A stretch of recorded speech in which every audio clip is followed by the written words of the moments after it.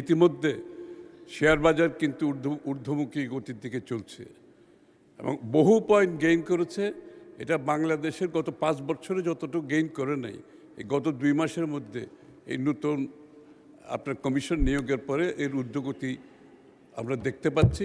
এবং শেয়ার বাজারে সত্যতা আসার কারণে, শেয়ার বাজারের উপর মানুষের আস্থা ফিরে আসার কারণে এটা হয়েছে। এবং আমরা আশা করছি যে আমরা বড় ধরনের পরিবর্তন ক্যাপিটাল মার্কেটে এনেছি এবং আনতে যাচ্ছি।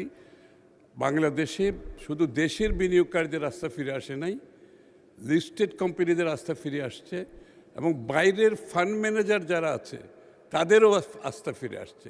ইতিমধ্যে বিশ্বের বিভিন্ন Hong Kong, new York, London stock market থেকে ফান্ড ম্যানেজাররা বাংলাদেশে আসতে শুরু করেছে এবং অংশগ্রহণের ইন্টারেস্ট দেখাতে আরম্ভ করেছে।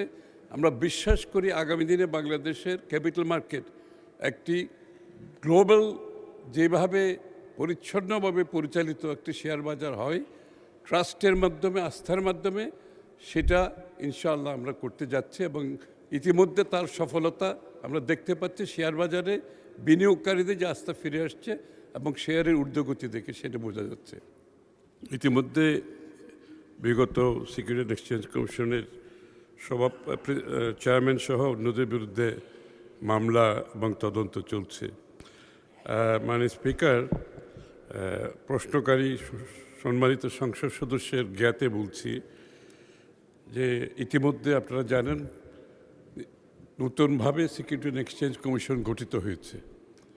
একজন চেয়ারম্যান, 3 জন সদস্য এবং আরেকজন সদস্য নিয়োগের প্রক্রিয়া অব্যাহত আছে, চলছে।